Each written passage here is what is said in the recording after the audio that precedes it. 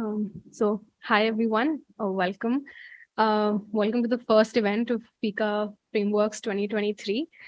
We're really happy to have you all join us today, and to begin by introducing FICA. We are a nonprofit arts organization that works extensively to establish a continuous dialogue between the arts and the public. And we work specifically in the areas of art education, grants giving, active participation in public art, research, and curatorial projects. Each year we have an annual program that is spotlit by the various activities that we do in our physical space here at the Reading Room, as well as in collaboration with a number of other like-minded arts organizations. So every year in July, we reconvene with some of our grantees to develop an annual platform that showcases their work. And this year we titled it Frameworks, taking off from our programming over the past few years that has brought together grantees across our systems of support. And so Frameworks this year is re-envisioning some of our various tangents, and it's bringing together work that is stemming from our flagship grants, one of which is the Iladalmi FICA Research Grant, the Emerging Artist Award, and the FICA Public Art Grant. So Frameworks 2023 will be spanning two venues here, the FICA Reading Room and Vadera Art Gallery in New Delhi. So we're really pleased to be welcoming you to Research Roundtables. And this is a platform that we created to showcase some of the research that this grant, the Iladalmi FICA grant, has supported. And this year we're bringing together grantees from the years 2017 to 2020. And what we've also tried to do is be in conversation with our grantees to develop programming that could sort of showcase their work, but also invite researchers or people working in the field, working with research across a variety of practices to come into conversation with them and to kind of have a conversation around research methodologies. So this year, our grantees include Rigzin, Christine Michael, Ranu Roy Chaudhary, and Sneha Raghavan. And the roundtables themselves will have talks and workshops that will be led by the grantees themselves. So the workshops, of which today's session is our first, are sort of focusing on research methodologies, particularly looking at primary research, because that becomes a question that I think there's been a big gap in how we speak about primary research, the kind of challenges that people might be facing, the back end of how we approach it in the first place. So some of the themes that our workshops and talks will actually be looking at include working with archives, histories of photography and visual culture in South Asia, and questions of minor and marginal histories, as well as social histories of design and art. So we're really glad to have Dr. Rigzin Chodon lead our first two sessions on working with archives, especially as her research looks at 20th century newspapers of Ladakh and Kailang. So today's session looks closely at histories of language, print culture, and translation in the context of these newspapers and the region. So Rigzin will be joined by a contemporary sculptor, Chemat Dorje, and researcher Jigmet Yangchan Katpa, who will share their research, their perspectives and insights on the use of primary archival sources and personal histories as well in their work. So we're really excited to be sort of engaging, to have this opportunity to engage with Rigzin's work across 2 days. Today with Jigmet and Chemat, and tomorrow with Dr. Monisha Ahmed and John Bray. So we would love for you to also join us tomorrow for the public talk. So in order to also take forward some of the insights that come out today. So I'm happy to now hand it over to Rigzin, who will take us through her work for the next few hours. Thank you. I'm really honored to be part of, the Research Roundtable and to be here and experience, curating the entire, with a lot of help from everyone at FICA. So, and thank you everyone for joining in today for the workshop. First of all, just to begin with how, the research for my PhD started, I just wanted to share, how I actually came about the archival materials for my work. So we have Mr. John Bray here today with us, virtually, of course, from England. And I think his article that he had written long time back almost around the same time when I was born in 85 or 84, he had published this article in Tibet Journal. So I read that piece of, article. And then I thought, maybe this is something that I might want to pursue. And I had a chat with my supervisor at JNU, Professor GJV Prasad. And he kind of helped me through understanding the process of actually using primary sources for research. So that's how the journey began. And interestingly, personally, I have also studied in a school that was started by the Moravian missionaries. And I also then started studying in a school which was a Christian school in Dehradun.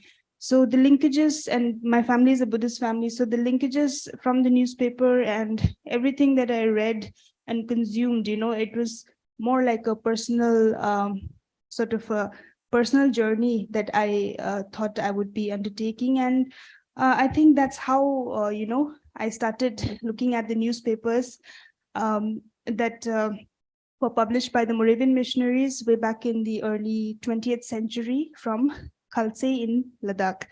So I do have a paper like PPT, prepared just to give you an outline and a context of, how it all started off. So I will start by sharing the screen with you. Give me one moment. So, okay. So, right. It's okay.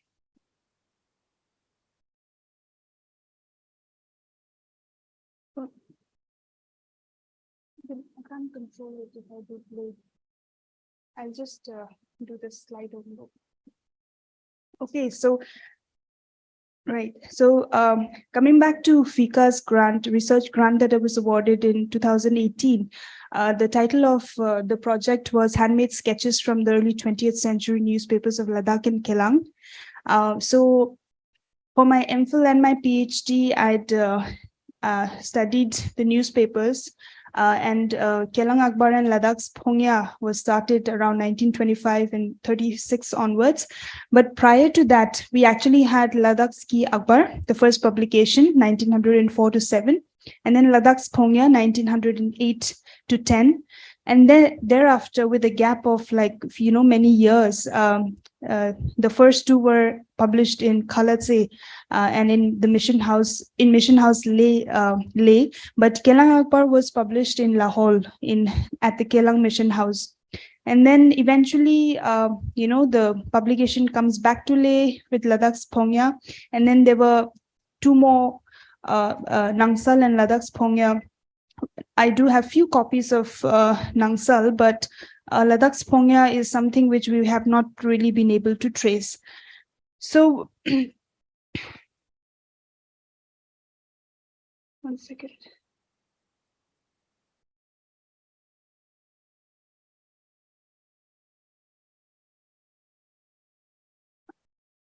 Right. So going to the first monthly newspaper of Ladakh. So we had the Moravian missionaries, come up to Ladakh. But prior to that, they started their mission house in Lahore, in Kelang. That was way back in the 1880s. And after about 20 years, they came and settled down in Leh and started the Leh Mission House. And we did have, it's said that they actually wanted to start off, a mission house in Mongolia, and that's why they wanted to go and route and go travel via Ladakh to Mongolia, but that didn't really happen. So they settled down in Kelang, and we had one of the first people who wrote the Tibetan English dictionary, Heinrich August Jeschka. I'm sure tomorrow when John Bray talks about the context of the Moravians, you'll get to learn more about it in detail. And so we had a lot of these Moravian missionaries coming all the way from Germany. At that time, the main station was in Herrnhut in Germany. And what they did is, what the unique thing was that they would actually learn the language of the place they are going to, like months and years before they would actually go. And then to propagate Christianity, that's where the translations would come in. That's where they would interact with the culture of the people. So Reverend August Herman Franke was one such person who ended up, learning the language and doing a lot of translation. In fact, I would say that Ladakh studies as a, if you can even call it a canon of literature, which has a lot of academic work on Ladakh. It started off with Reverend Franke, because he's written a huge range of articles and papers. And one of his most important contribution is the work that he did for Archaeological Survey of India. So he published, along with Babu Pindilal, he traveled all the way to Ladakh, and he wrote like the minor and the major chronicles of Ladakh and Lahore. So that's in 2 parts. So that's one of the main primary source that we use even today for Ladakh studies or studies for the Kelang region. So what he did is, in order to propagate Christianity, he started publishing a quarto size newspaper, which is, I've left few copies for you to see in the other room. Once we do the walkthrough, you'll get to see how it looked like. You can even touch it. It's not really the same paper, like the way it's just a replica handmade paper, and we've tried to put together a facsimile for everyone to see it. So then that started in using the process of lithography. And that was started in Khalse. So you also have a big photograph of Khalse village and the Khalse mission house where it all started. So as to quote John Bray, he states that Franke started a journalistic tradition. It's with him, the 1904, this newspaper started. And interestingly, the style or the script, the Tibetan script that we use to write our language, which is Ladakhi, it was in the Umed style, which is quite different from the literary style in which you read the Buddhist texts. And so this was Ladakh's Ki Akbar. So 1908 to 10, you have the name changed to Ladakh's Phongya. Phongya means a messenger. And this was again edited by August Herman Franke, but I'm sorry, I forgot to mention that for the Ladakh's Ki Akbar, the mission station was at Khalatse, and there was this person called Ishe Rigzin, who is stated to be the scribe or the helper who helped him, work out or write the newspaper. So similarly, we have the same colloquial Ladakhi language. This was published from 1908 to 10. And after that, there was a huge gap. And he left Ladakh in 1908, Reverend Franke, and returned back. This is Antiquities of Indian Tibet, is volume 1 and 2 is what I was talking about earlier, about his work on with ASI.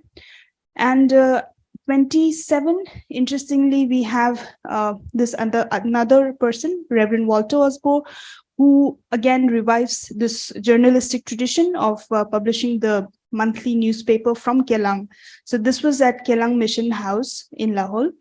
And it said that he used a Plex duplicator to publish the paper. So this newspaper ran for quite a long time, from 1927 to 35. And then when he shifted back from Kelang to Leh, that's when he started the Ladakh's Phongya. That's 36 to 44. But unfortunately, I've only been able to procure editions up till 41. And few of the editions from 1944 are also there. And recently I got to know the few of the Christian families in Ladakh. They do have copies of it, and I saw only 2 copies of it at Kelang with he was my advisor, late Mehmet Sering Dorjele. So coming back to the place where I procured the newspapers, these were all mostly from the Moravian Mission archives in London. And then I got to, I also went to the Wheaton Library and Bodleian Library in Oxford, where they had good amount of copies, but then again, those were uncatalogued. So yeah, so then just moving forward to the other copies of newspapers, we have Nangsal, which is published in 1948. So again, unlike the previous newspapers where you have the editor and the publisher's name, we don't have any details. And this Nangsal newspaper also has very beautiful illustrations. And Kelang Akbar and Ladakh's Phongya, Kelang Akbar is where the illustrations all started from. And Reverend Walter Osbo has actually, what he's done is he's brought about a lot of, illustrations, which I'm going to talk about in the next slide. So Nangsal was again published on a Plex duplicator, and Ladakh's Phongya, which is said to have been published from 52 to 59 AD. The editors were, different people. That was Reverend Pierre Vitos. He was a Swiss missionary, and Ilya Tsetenpunsok, who converted. He's from Sabu village, and he was the Tehsildar. But later he converted into Christian, and that's actually, and the school that he established, that's where I studied in Rajpur. So Ilya Tsetenpunsok, he's done quite a lot of work, even in terms of translation. They published this newspaper from Leh, but we've not been able to procure it. So, so coming back to like more 1970s and 80s, we have a Ladakhi scholar called Tashi Rabgyas. They revived the name of the newspaper called Ladakh's Phongya and published it, as a newsletter. And later on, they even published these newsletters by the Ladakh Cultural Forum called Voice of Himalayas. Going on, we have few other newspapers that were published around the same time. So we have Yulchok's Sosoki Sargyur Melong, Mirror of News from All Sides, also popularly known as the Tibet Mirror, which was published from Kalimpong. This was published by Gergen Dorje Tharchin. He was again a convert. He was actually from Kinnaur, but he settled down in Kalimpong, and he was more like a one-man army, one-man press. He would bring in news from articles from people from Tibet, Ladakh, everywhere, because Kalimpong was at such a unique location. We had a lot of people from all over the Himalayan belt, coming there and interacting with each other. So on Columbia University website, you actually have the digitized version of the copies. And Louis Fader has actually written a really big book on this particular newspaper, and it ran for a very long time until 1963. And this particular newspaper has a lot of interesting illustrations to see. So just to give a context of what is happening along with Kelang in 1927 in Kelang itself, you also have the Tibet Mirror published in Kalimpong. So coming back to the two newspapers that I worked on for this project here with the FICA were the Kelang Akbar and Ladakh's Phongya. So what I was trying to do is look at the illustrations that are there. So you have about 61 illustrations in Kelang Akbar and about 62, out of which some of the illustrations have been, clubbed together and are on display. So what I've tried to do is I tried to categorize the illustration just to get a sense of, what was happening. So it all started off with maps. And I think it's very interesting to see that the Moravians thought that maps were something, or maybe Walter Osbo thought that the maps were something which are really important to give a very good context of the entire world, because given the fact that we did have a lot of people traveling to and fro from Leh, but then in Kelang was still a very isolated place in comparison. We see that the maps start off with map of Southeast Asia. And then you have maps of China, important maps of the railway tracks that are going all the way up, with all the name of the places written down in Tibetan. And then you also have these maps which shows Ladakh, Gilgit, Baltistan. So it gives, I think, the readers a sense of of the locale, in the sense of with the sense of placing themselves in the entire context of where they are, and what's happening around the world. And there are a few maps at the exhibit that I'll show, which are very interesting. It has like a small map of Australia, and then a human figure there, and a description of what the person is doing or what the person is. So these are very interesting to see, although the illustrations are not as aesthetically, beautiful, but it gives a lot of information, about, for that time. And then you have the second section categorization, which is I've just named it as Western countries. So here, images, all these illustrations come from a place which I'm thinking, if I were, a reader back then, I would have never thought I would see. So you have an illustration of Venice, a person, riding a gondola. And then you have an image of a ship. You have an image of a diver's suit. You have an image of a submarine and a race car and the first ship, aeroplane. And you also have these articles that go along with it. So, for that time, I think it was actually a very interesting deal, and to read an article about, the distances covered. And these distances are also not really, some of them are given in miles, but then most of them are given in the local measurement units like Paksat. So I think that was very nice, from, trying to, trying to bring out these distances and measurements in the local terms. And then the next category I kind of clustered together were the religious images. So these religious images are of related to Christianity and Buddhism. So for Buddhism, you have only few actually. There's an image of His Holiness the Dalai Lama when he was very little. So that image, I think, is from 1939, when this image photograph was clicked of him. And it's been very popular amongst the Himalayan belt. And the other day when I was talking to one of my artist friend, he had actually sketched it, many years ago. So it's lying in his studio. And so apart from the Buddhist images, we also have these images of angels, a person riding a horse with wings. So, Christian images. There's also an image of a manger, which is up there on the wall.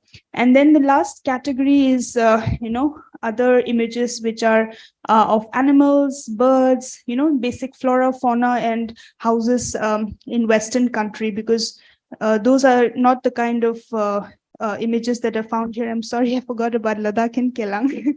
So the images that are there of Ladakh and Kelang are again very interesting. Surprisingly, there's not even a single image of people from Kelang.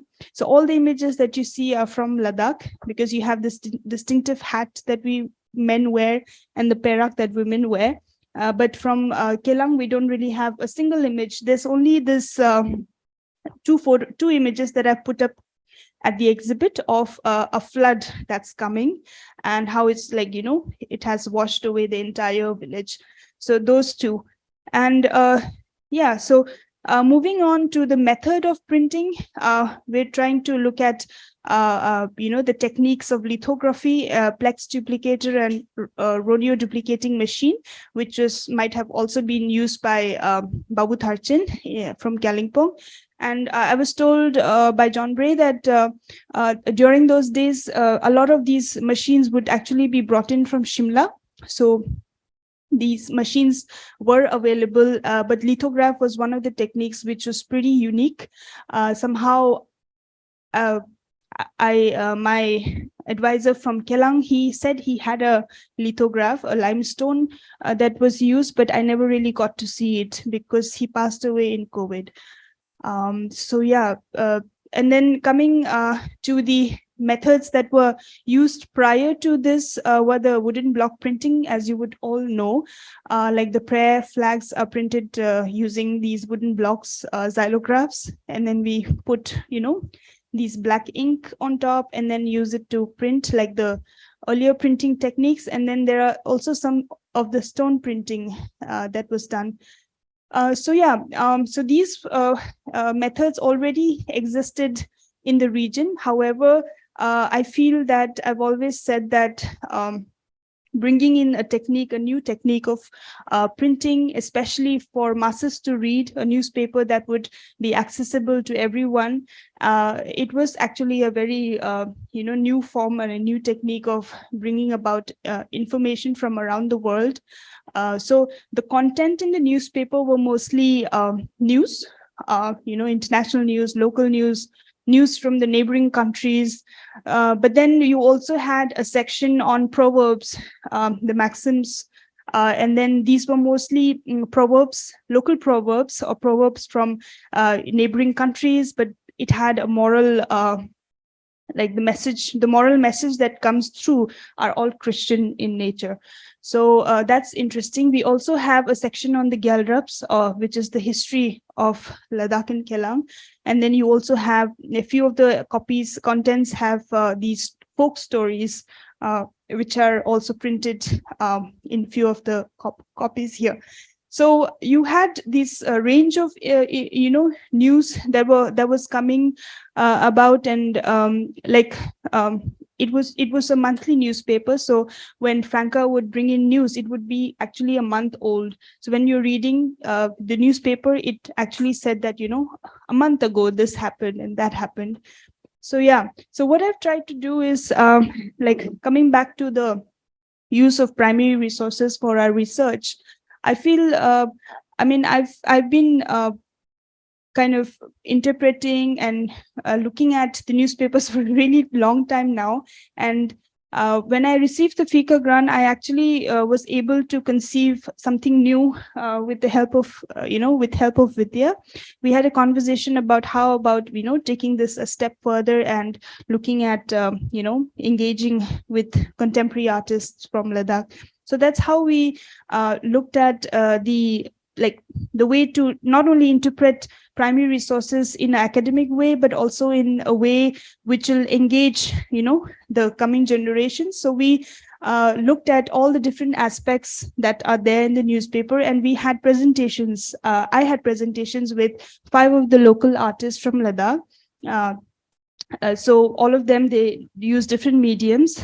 So today we do have one of them here to speak about how he interpreted the work. So I was looking at the religious, the secular, and the cultural aspect in the newspaper, like how during the early 20th century, in terms of religion, so religious, it also, the language aspect also comes through in this section, because you see that the Moravian missionaries, they coined in a lot of new terms.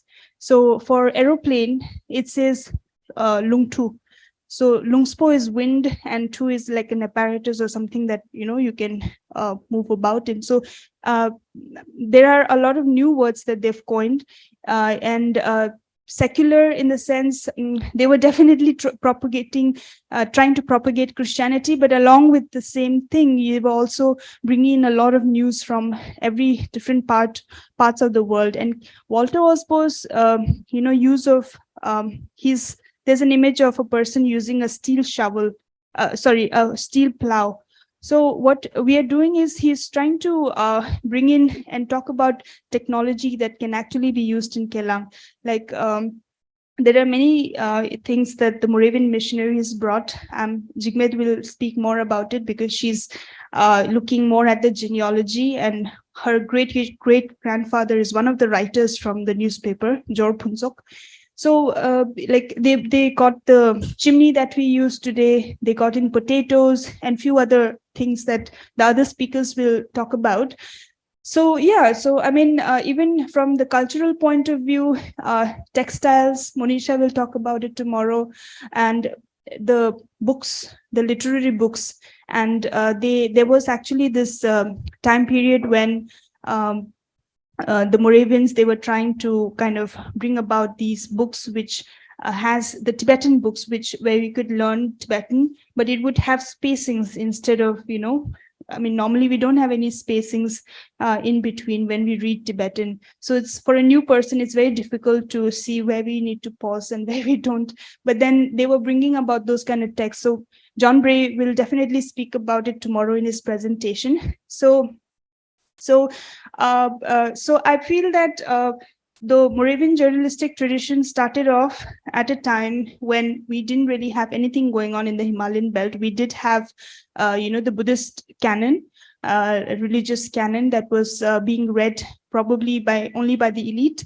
And I feel that although it was for religious purposes, but it also gave a chance to the masses to read text, like, instead of having a religious sacred text, you can have a text which is also in Tibetan, but it's not sacred, it's something very secular.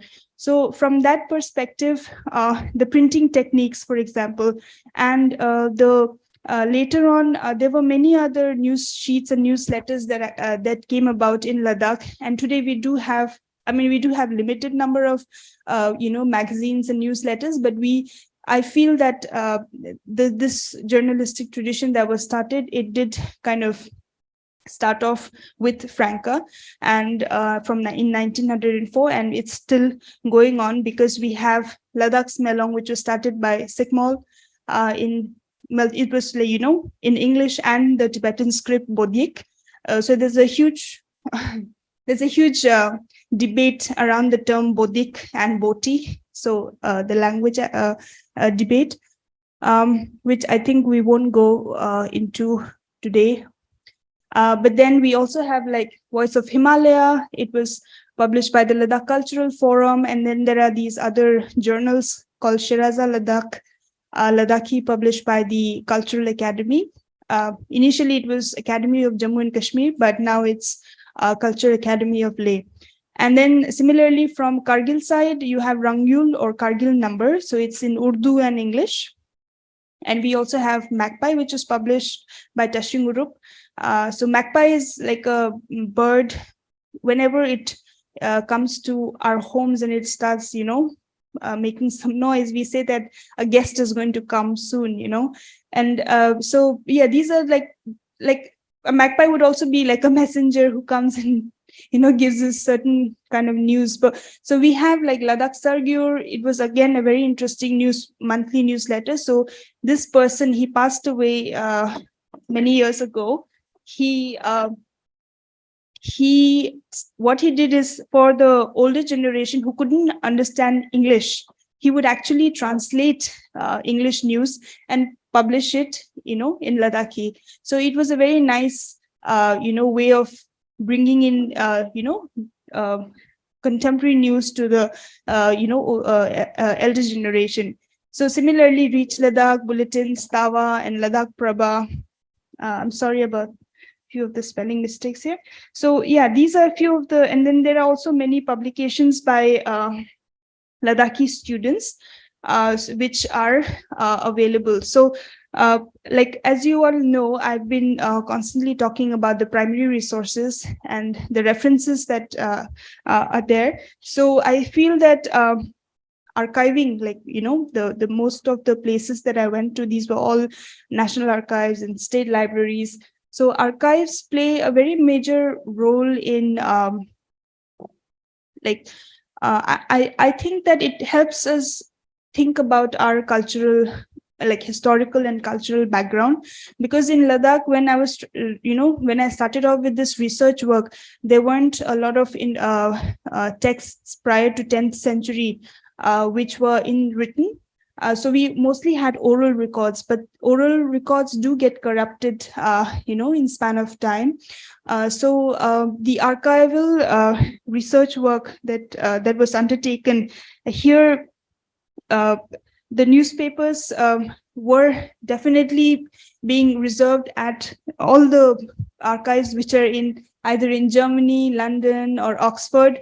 So it and also along with these newspapers, I also got to see a lot of these letters, that the correspondences that were being undertaken by the Moravians to and fro from the West Himalayan mission to, London and Germany. So what they were constantly talking about is how they would want to take it or bring it to more libraries and archives. So the reach of the newspaper is not just limited to the local people, because locally there's a photograph of a Christian inn. So in front of the Christian inn, there are two notice boards. So in the letters by Walter Osbo to the mission house, it was stated that they would put up the newspapers in that notice board, and people would come and read it.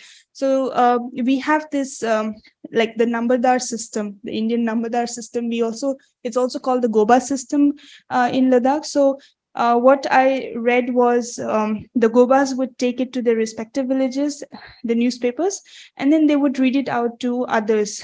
So it was not that only one person was consuming it. It was like one person was reading it out to a lot of other people. So the way it was being consumed was interesting, because then everyone who didn't know how to read and write, it was not just like, like that. So there was a different way of reading out news to each other.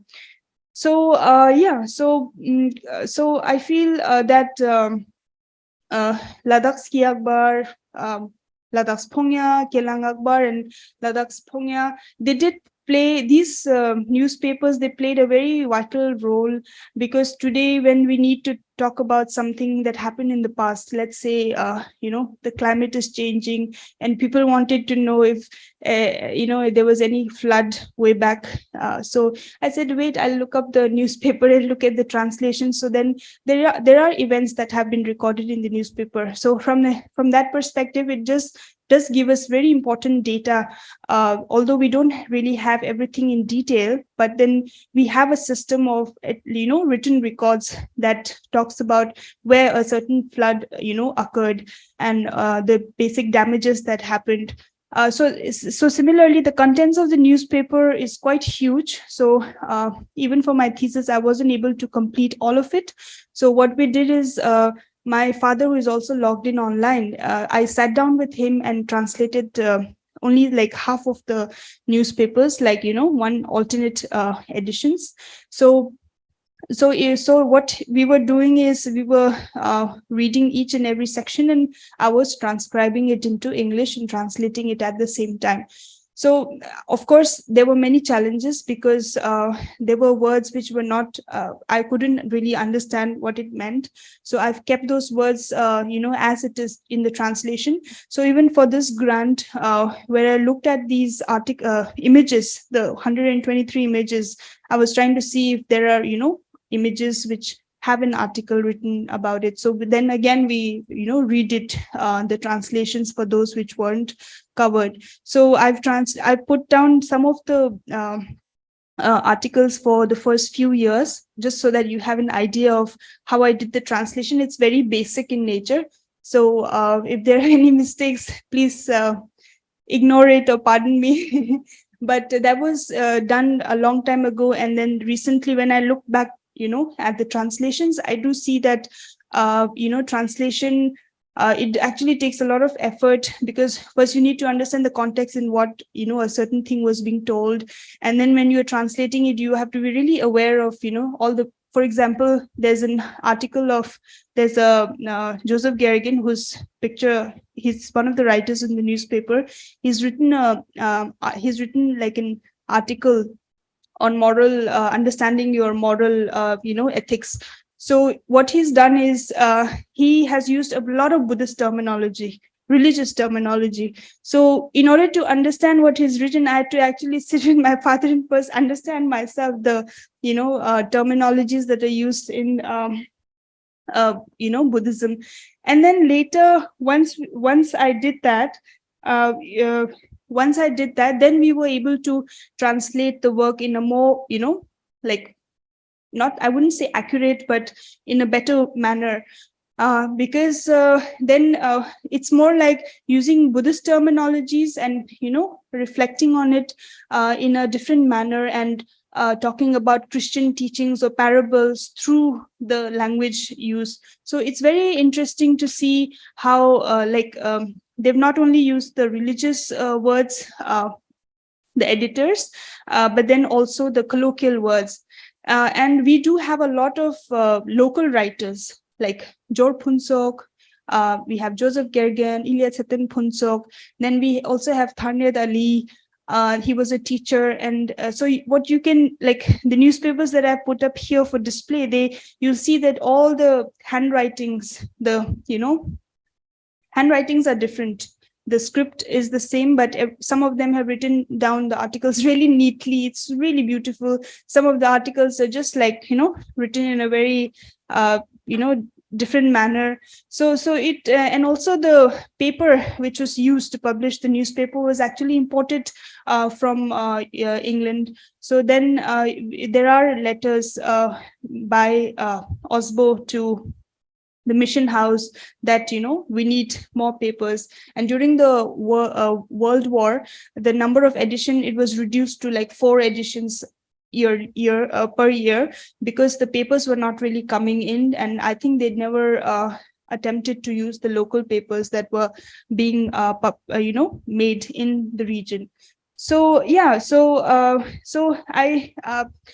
mean, I have been trying to use the see how, like, the archival newspapers, kind of the impact that it has on my life as a researcher. I think it's huge, because I'm able to immediately reference back to a lot of things that are there in the newspaper in terms of flora, fauna, in terms of like water related disasters that happened in Ladakh.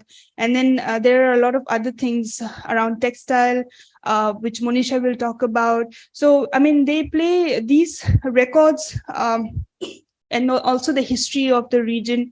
They do play a very important role, but I think at the same time, I should also talk about how we did have a lot of written records, but in the Tibetan script by different people in Ladakh, who wrote about the history. Like Munshi Spalgyas had a record of it. And then also a lot of records are inscribed in different monasteries, as you might all know, about the history. But we never really had like a compact set of history book, that one can refer to. So then Franca's works, it does give us a sense of, like a record that can be used for referencing. And so as an exercise, I also tried looking at woodblock carving with my friends. So that was interesting, and also like a little bit of paper making techniques. And then I also collected a lot of these seals, which are closely related to print and print history. So yeah, so this was this entire work, it started off with John Bray's article in 84, 85. And then now, I mean, I do have a paper in one of the books edited by him and a few other authors.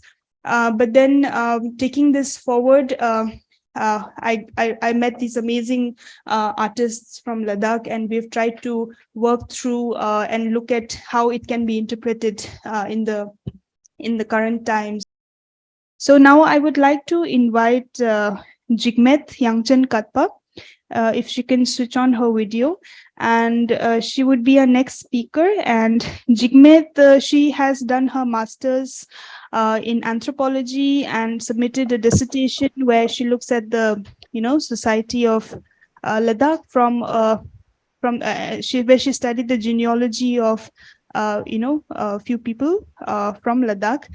So Jigmetle, if you can start with your brief introduction, because I think that will be better, and then your response to my work, and then if you have a presentation to share. Yeah, thank you. Hello everyone, I'm Jigmet, and my work is about impact of Christian missionaries on society of Ladakh. So I got acquainted with Miss Chodon during my research work because I was looking for those people who can guide me further in my study. I have created a very brief presentation to take you along. So first of all, I would like to thank Ms. Rigzin Chodon for giving me this opportunity to share my work. Uh, so I'll start off with the presentation. This is the brief timeline of the newspapers that her work is based upon, and we will be focusing mostly on Kelang Akbar and Ladakh Phongya, uh, who was at the time the editor was Walter Esbo. So, if you look at the Miss Chodon's work, it's mostly about the literary work, all the literature that has been worked upon by the different missionaries. So, as we look at Ladakh, so Ladakh is this small landlocked area covered all around by mountains, and it was very hard for anyone to access the land. And in that period, we were majorly connected through roadways and at that time, these missionaries took the burden of coming all the way, crossing oceans and mountains, and they reached. And what I have noticed through the work is that they have a huge impetus in the development of, in developing the educational background of Ladakhis because they use the common language to make people understand. So before their entrance in the scene, education was highly limited among few elites and monks because the education was only looked upon over few fields, for example, astronomy um, and medicine, language. There were very few subjects that we were known with. But with the missionaries, we got introduced to the modern education, and with the introduction of newspapers, it also introduced the Ladakhi people about reading not only scriptures from a religious perspective, but also through day-to-day life, like what you can learn about the modern education as well as what was happening in the neighboring countries and states. And it also provided a stage, a platform to all the local literates to express. uh, Heading on with the response, I have chosen few of the images and I'll take you through what I have understood and my opinions about the collection. Coming up with the modern education, as I have already mentioned, that the missionaries were very keen on transferring the modern education that included understanding that Earth is round, the water system, and the solar system. Although Ladakhis did have term for different planets, but I'm not very sure if they knew how the gravitation worked and how the planets revolved, revolution and rotation. And in these brief articles, they have articulated on these systems that were very basic and yet very new to the audience. And one more interesting thing that I have noticed is that they have made these illustrations to make people understand, but they concluded in a way with the conclusion that it's all God and God has made it happen. So the concept of God was very new to Ladakhis because Buddhists, we Buddhists are also known as atheists because we do not believe in God as a creator, but we believe in enlightenment. So when missionaries first arrived in Ladakh and they understood the Tibetan Buddhism, they understood this gap of the understanding of the terminology called Konjo, because in Christian terminology it would be someone as a creator, but in Buddhist it would be someone as who's enlightened, and anyone can be enlightened. Um, then we also have a few of the very factual things explained in the newspaper, for example, human anatomy, and they have simplified in the most simplest manner how much of, for example, if I'm supposed to explain you how much iron is there in your body, in order to make Ladakhis understand, they have used iron nails to make you understand how much of iron you contain in the human body. Then, as we have already discussed, there were maps. It was very important for Ladakhis to have this two-dimensional idea that who lies in a neighborhood and how the overall world look like.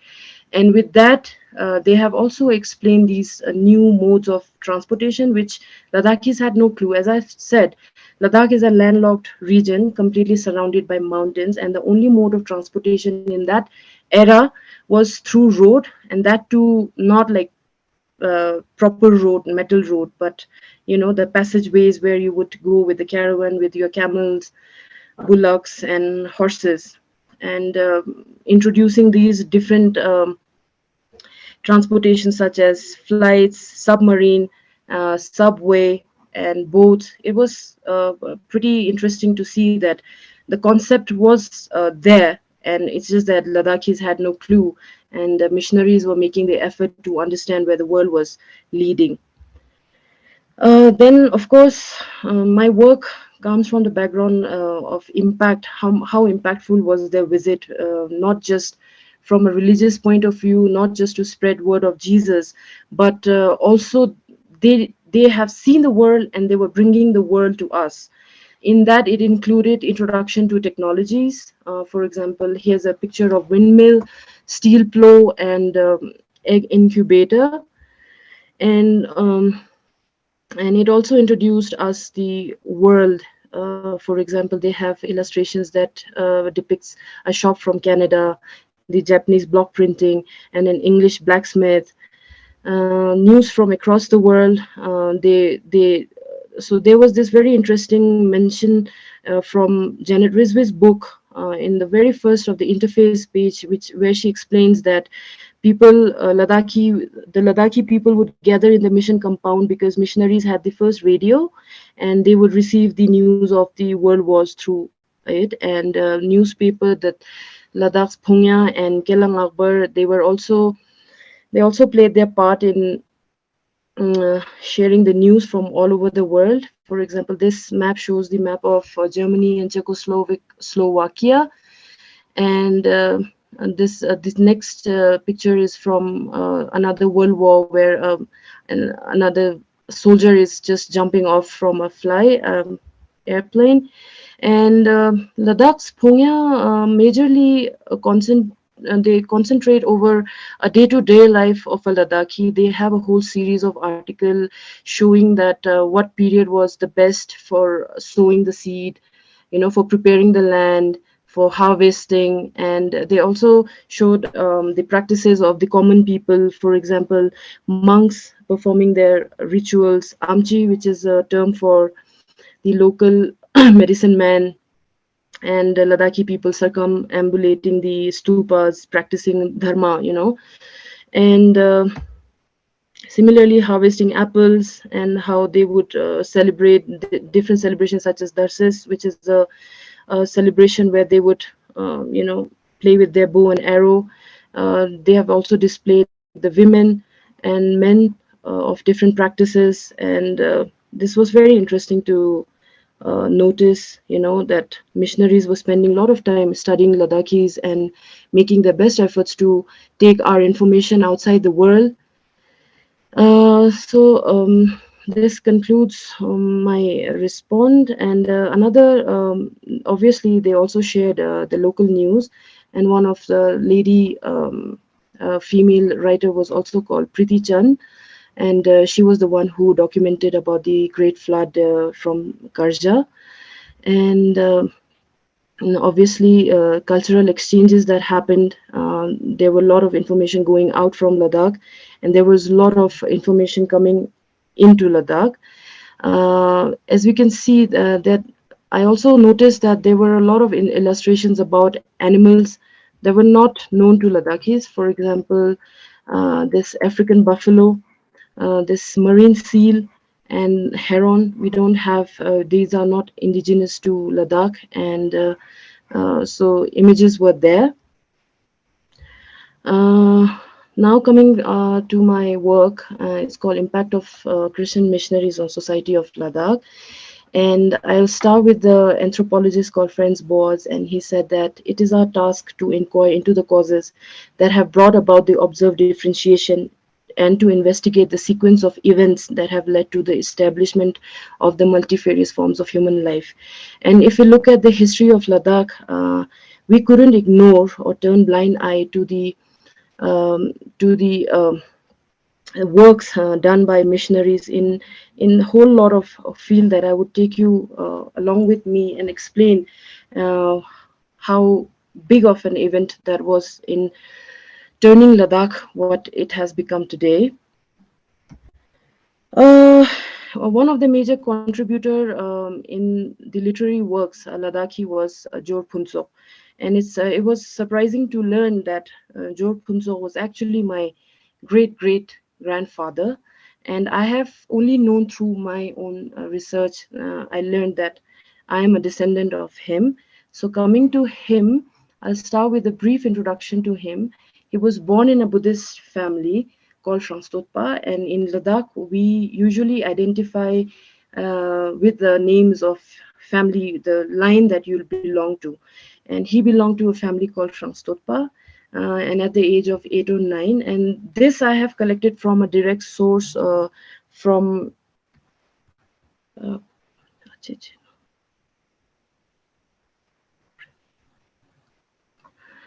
um, Jorpunsok, okay, at the age of 8 or 9, he expressed he should join the mission school because he was very interested in playing and learning, and he was a very young boy who was enthusiastic about learning.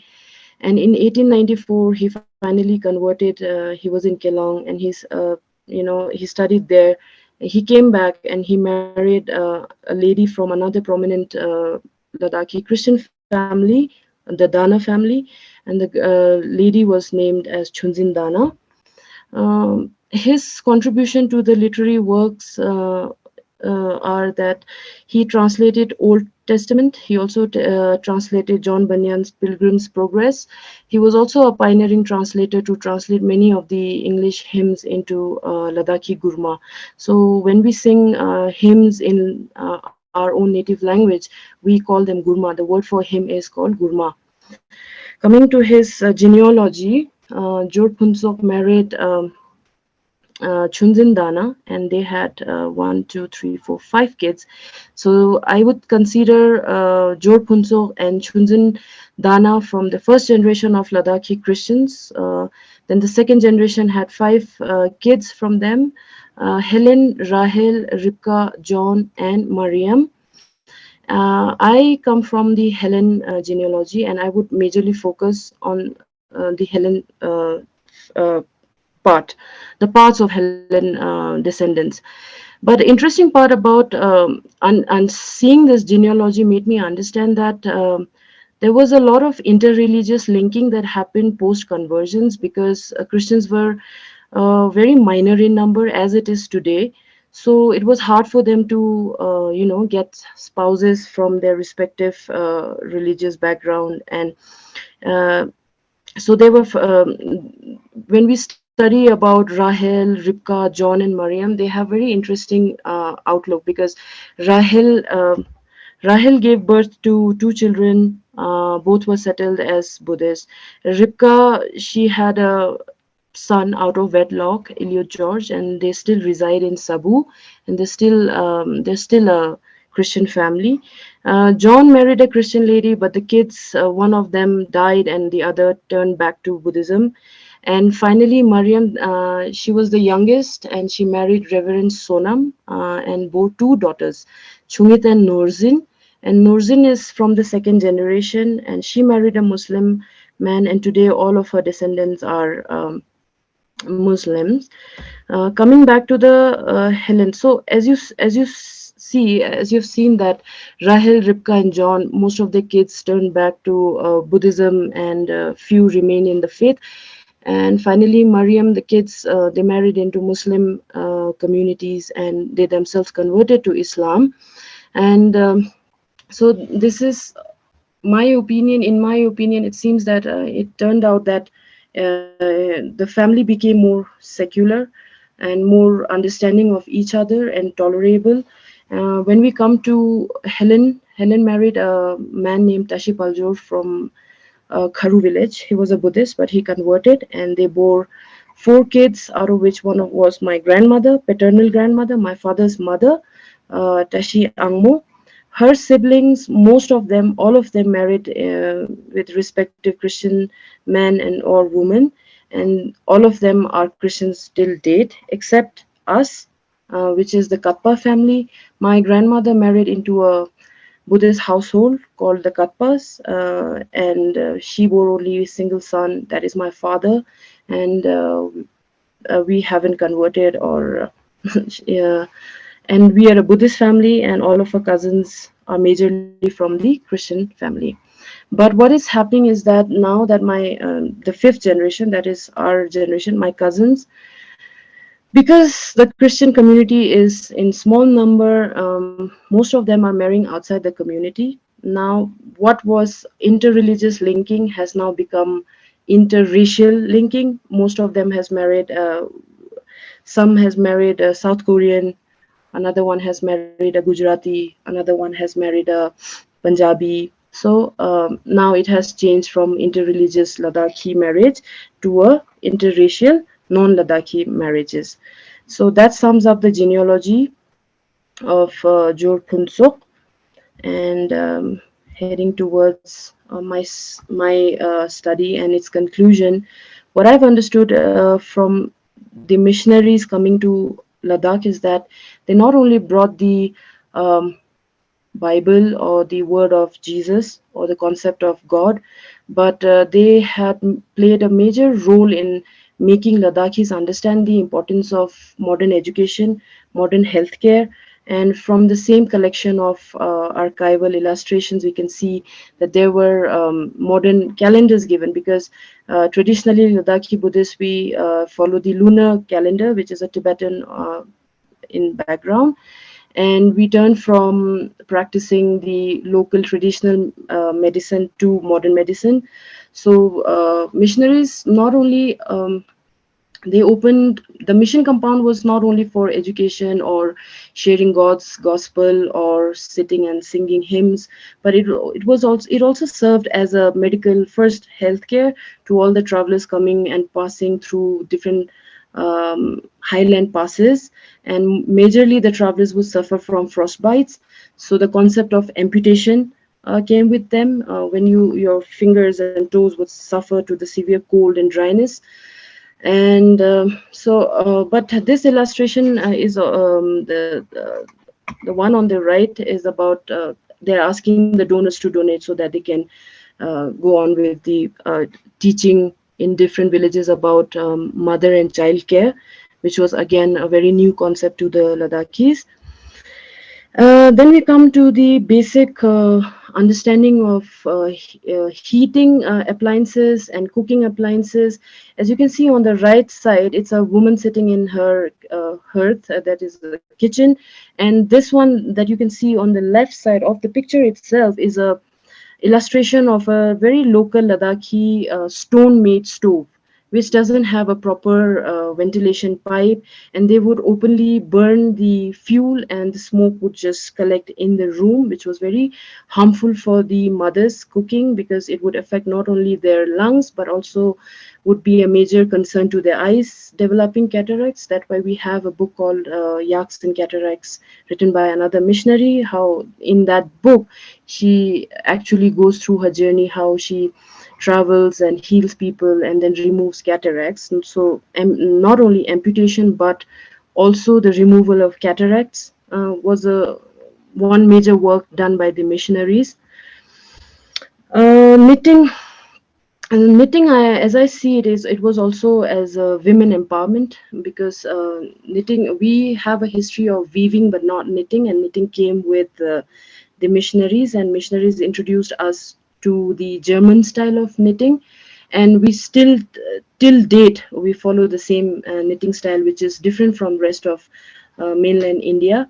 And because knitting was introduced as in a school where only women from all the age age group they would join, and they would call that mission as Zanana mission, in which women from all faith or age, they would gather, they would share their stories, sit together, and these mission ladies, they would teach them how to knit, and they would sing hymns. And And next is the conclusion that modern education, exposure to the West, healthcare system, and prolific documentation of Ladakh's history. Even today, if you want to study about Ladakh, you can never skip August Hermann Franke. He was the one of the pioneering writers who not only wrote about Ladakh but also studied Ladakh and learned the language. He studied what was already written. He translated it, and literary adventures in that includes the newspapers, the printing, and the techniques and the cultural exchanges that happen between Ladakh and the Western world, new technologies and techniques in terms of, for example, the simplest was the missionaries would also teach us how to protect potatoes from cold by digging holes and then putting all the root vegetables. Otherwise, during winters, our whole nutrition would be based on frozen meat and dried vegetable leaves. But with the incoming of missionaries, we could save these tuber vegetables, and that made more. It was more of like a nutrition supplement. It helped, and at the end they traveled, they mapped. So whatever we have today, from the illustrations to the very old archival photographs, they are also done majorly by the missionaries. Thank you. Thank you, Jigmet, for the wonderful presentation and, bringing in your insights, in response to the archival work, research. And if you have Chimetle with you, I would like to introduce Chimet. So before I do that, I actually would like to talk about this conversation that Vidya and I had some time back on contemporary responses of artists on, archival materials. So what we did is we I spoke with 5 of the local artists. Most of them, all of them are my good friends that I've known, all of them from Lamo since 2017. And Chimetle was one of the first person I met. And he is a sculptor. He's done his master's in fine arts from BHU. And he also is the founder of Spindle Art Studio, where he is at the moment. And yeah, he's been practicing as a sculptor in Ladakh for many years now. And so there were 5 of them actually. Sanzin Wangyal, who is also online today. He's an artist and he does a lot of stippling work in black and white and in other mediums. Chimetle, he's a sculptor. Sring Yurmet, he is also a sculptor and founder of Ship Studio in Shea. Tashin Amgyal, he's a painter, and he has his studio is called Hudok Studio in Old Town Leh. And Tunduk Churpon, he's a ceramist. He also has his own studio in his village in Igu. Actually, I had put together a video of all of them, but unfortunately, due to some technical issues, I'm not been able to play that for you today. But we are hoping to do, an exhibition later this year at Lamo. And that's when we would, if you can make it, that would be great. But for today, I would like to invite Chimetle. And if you could speak a little bit about your response to the work and how you came about with the work that you've made. And it's been a long journey since 2019, 18, 19. So Chimetle, please go ahead.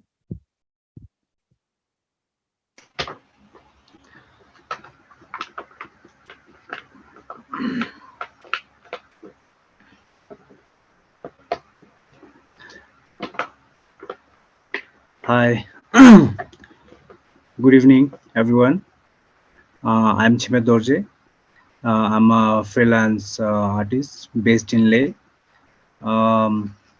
First of all, I would like to thank Dr. Rigzin Chodon and Foundation of Indian FICA for giving me such platform to to share about some of my work which I have done for Rigzin for his research work on archival newspaper. So yeah, I met um, Rigzin in 2019, and he told me about these newspapers, the archival newspaper, which starts uh, uh, in 1904, like Ladakhi Akbar, and then 1908 and 10 as a Ladakhi Poya. I didn't know about these all these archival newspaper, because maybe I was studying outside, when I was kid, I my schooling I've done from Jammu, and then I've done my bachelor's in fine arts from Jammu University. Then I've been to Banaras Hindu University for my master course. So yeah, I didn't know about much about the Ladakhi culture, or maybe Ladakhi Buddhist text or something like that. So when Rigzin showed me the newspaper, and she told me about this, the archival newspaper, the history about it, and it's been it's like a very interesting for me, to know everything about the newspaper, the way it's told about the the cultural thing, and in a way, the illustration which I have seen in the newspaper is very interesting, so yeah, for me, like, it's um, Ladakh, my native land, has like never been one full of professional artists, and um, it's like a very kind of challenging, to express art with the community, uh, so yeah, I uh, through the newspaper which Rigzin have shown me, they have like lots of informations, lots of yeah, illustration, like they have maps, they have religion things, they have Western country portraits, and uh, Ladakhi, uh, uh, anthropomorphics, illustrations and all. So but the only thing which strikes me is the proverbs, so we they have like more than 127 illustration during both the newspaper in from the Kelong and Ladakh Phoya. So it's the date, it's like 1927 to 1944. During that newspaper, we have seen the illustration they have made for the newspaper. So yeah, uh, but the only thing the beyond the newspaper and the illustration, what I've like is the proverbs, so yeah, so I choose like they have like more than 15 proverbs which Rigzin have already translated, but I have choose like four proverbs which is quite interesting, which I have heard from my family, from the local cinema, or local radios, something like that. So yeah, so I choose like four proverbs for from that particular um, mm, his her sorry her archival newspapers projects. So yeah, so maybe I think maybe I'll show you the artworks which I have made for Rigzin archival newspapers research work. So among like four proverbs which I have choose for my response, uh, before going to the main images, I would like to talk a little bit about the technique. The technique is the glass engraving. So I use glass as my canvas or a paper, and then I use a technique called glass engraving. So where I engrave all the glass, just to show the transparency of the mirror. Uh, because the property of glass constantly inspire me. It's because of its transparency, its opacity, and the play with the light, with the reflections, because you can see yourself on the mirror also, so it may be kind of the interactions, so you can interact yourself, while looking at the main images.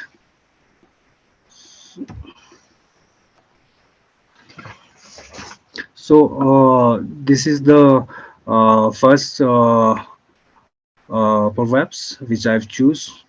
So it says, "Nor met sang nyam met na thu." So the English translation is, "It is better not to have wealth than not to have the understanding and value of things." So you can see here, I compose like one flying figure, like a mass dance, and then he is holding the spinning spindle, and then we have like two different kind of spindle. One is like the male one, and one is like the female one. This one is the female one, and this one is the male one. So only differences you can see is the female, they make only the finer or the very fine fabrics or fine thread out of spinning. And then male, you can see it's uh, the bigger one thread, and then this is the yarn where I've put in the main, in the bottom. So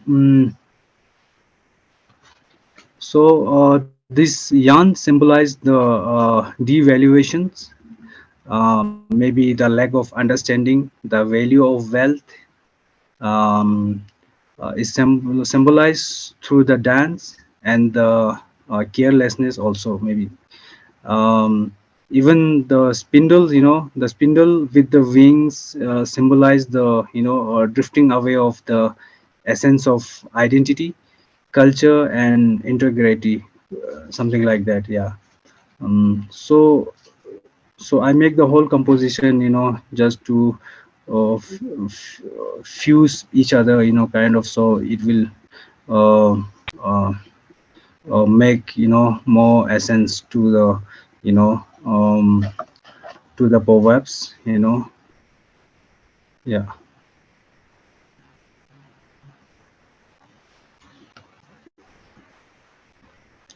And then next one.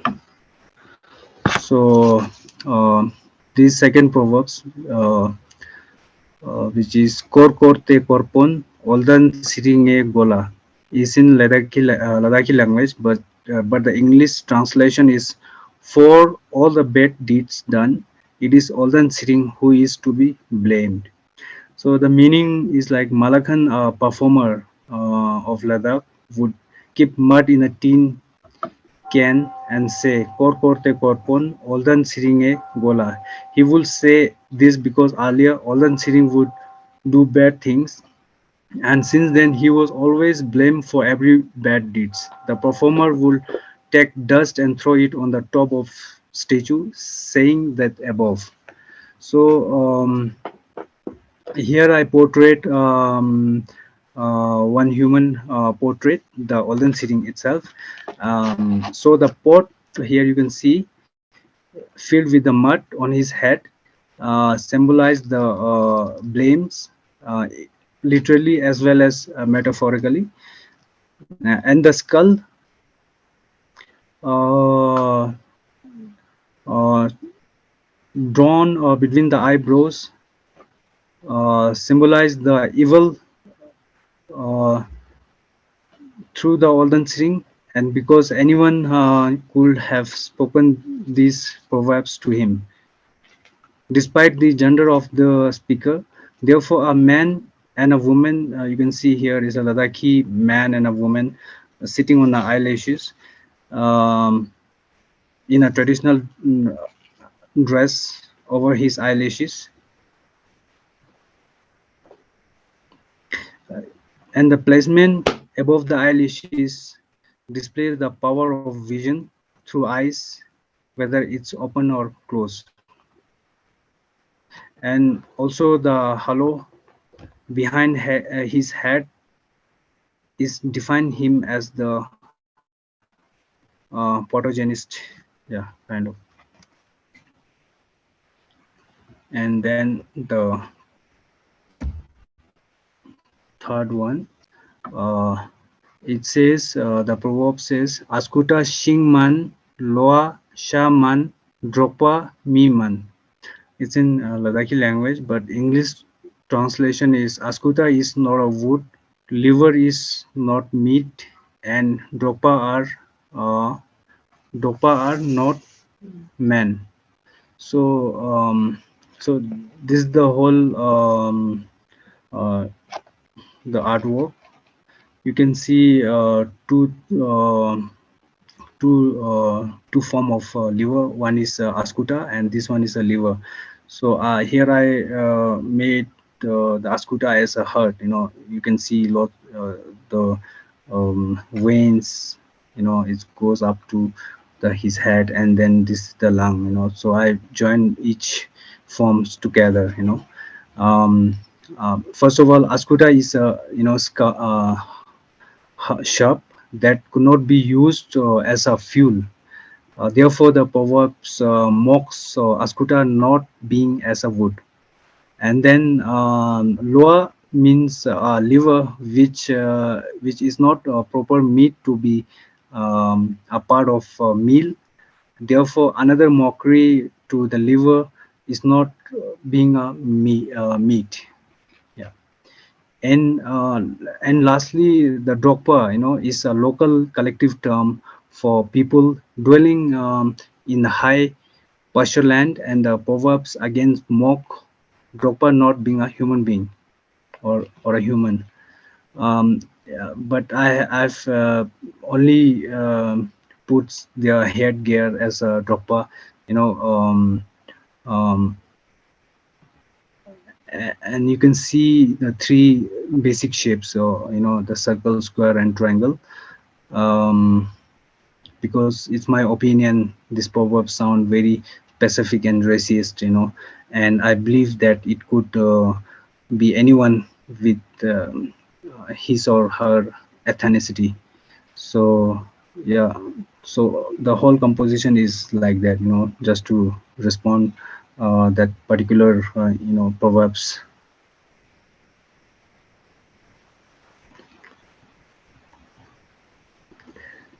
And then the fourth one,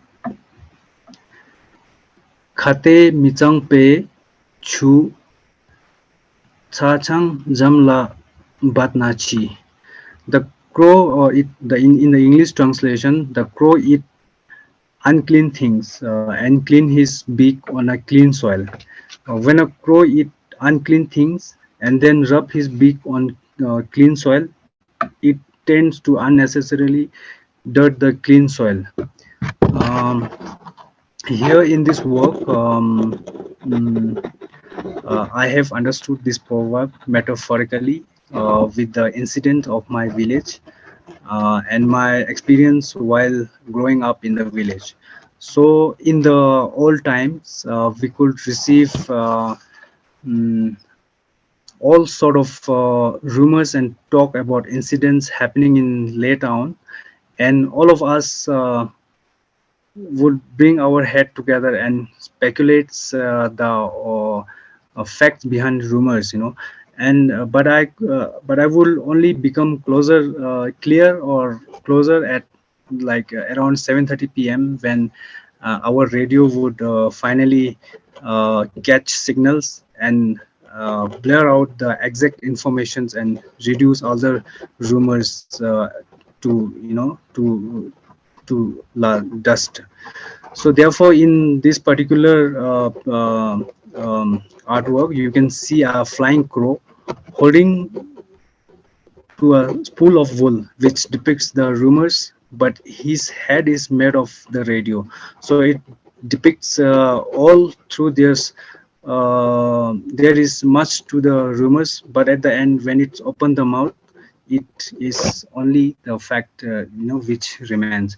So all so you can also see, in all my, um, artwork, you can see the spindles, because it's kind of my, root elements to my artwork. When I create some sculpture, I always try to, put spindle as a, as a signature. So it's something like that. Yeah, I think that's it. So this so I have worked only on 4 proverbs. There are lots of proverbs. So so yeah, I think it's done. Thank you, Thank Jimit. you all. Now that we've seen his work, we can ask if you have any questions, observations from the audience, and also people who are online. We can, you can start with that. Yeah.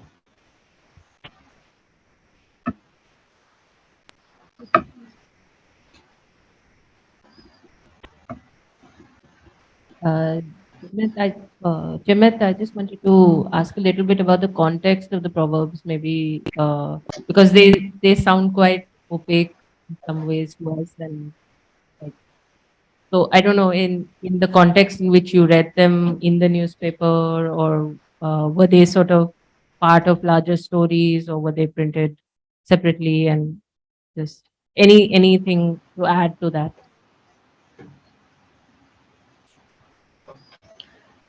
Mm. Hi, thank you for the questions. Yeah, when I read all the proverbs, so few proverbs, which are like very kind of very similar, which we have heard from a newspaper or from the, the theater performances.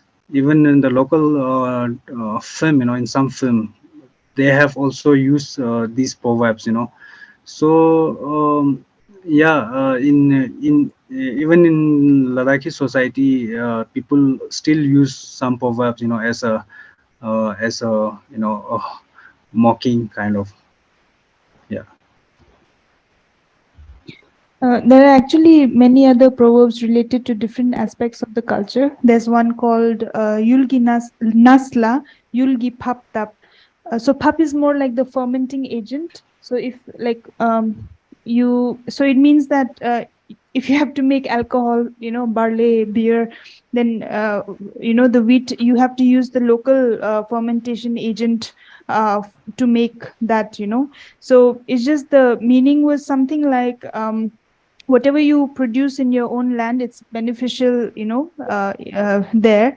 And from the this is like the translation that I've done with the proverb. So do you want me, I can share my screen if people want to just see.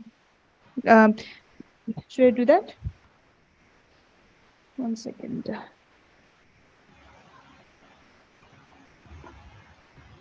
So these proverbs, they also have here. So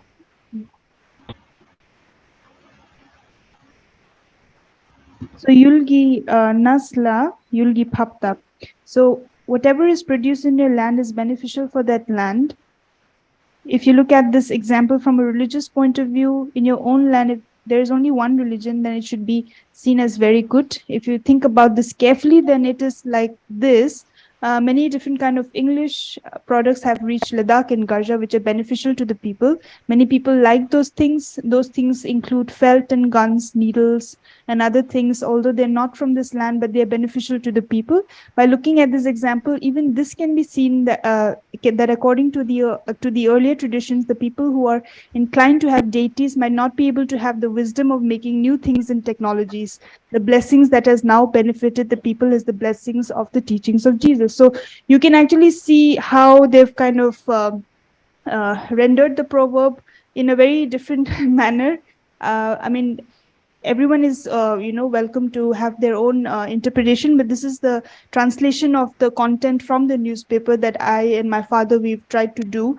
So we can see that here religion, technology, like using a very local proverb, and then talking about technology and how, and then connecting that to the teachings of Jesus. It's very like multi-layered in a way that they've used the proverb. So similarly, we have few others, one like the one about Askuta, and then there's then there's another one about tak or lion.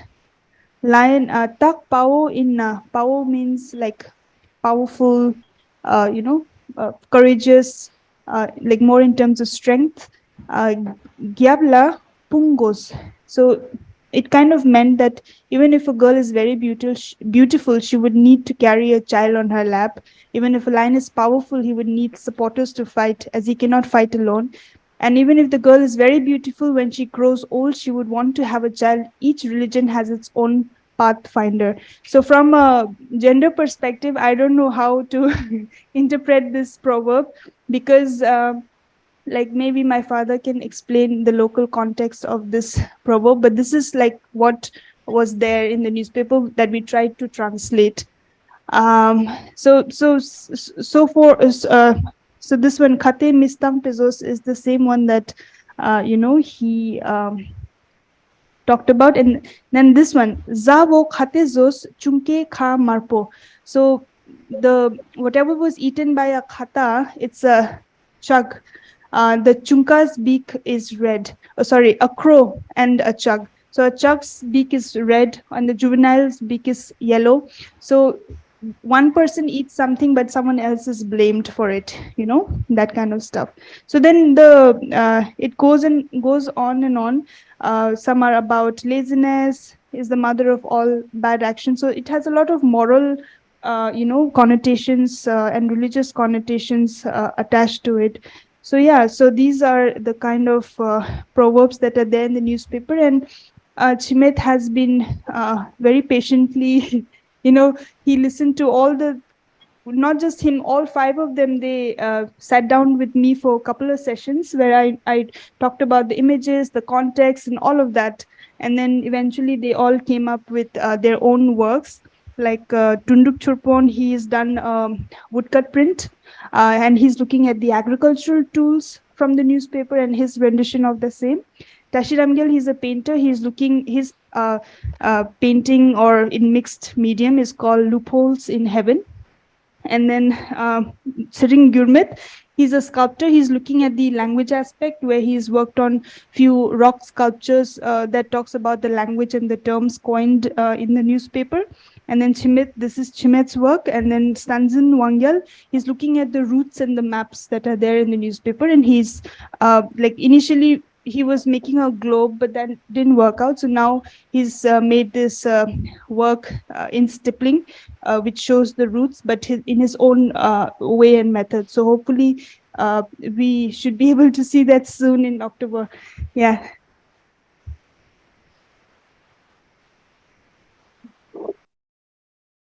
Session. And also, I think it was nice to get a sense of a generational voice also among a group of peers who are working alongside Rigzin artists and research based practices.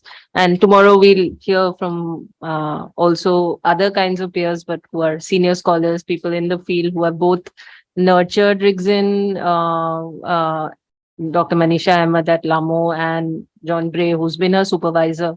So I think it's also nice. I mean, we're getting a sense of a whole milieu in which this work is happening, and this work will go forward, and how it can sort of intersect with other work that's happening.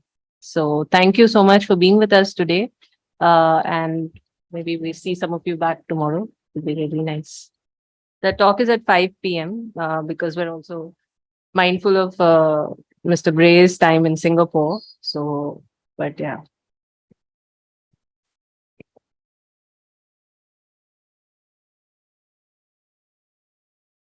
Everyone online, it's been a very quiet and patient and involved crowd. So it's been nice to have this hybrid event. And thank you, Judge, for all the technical support.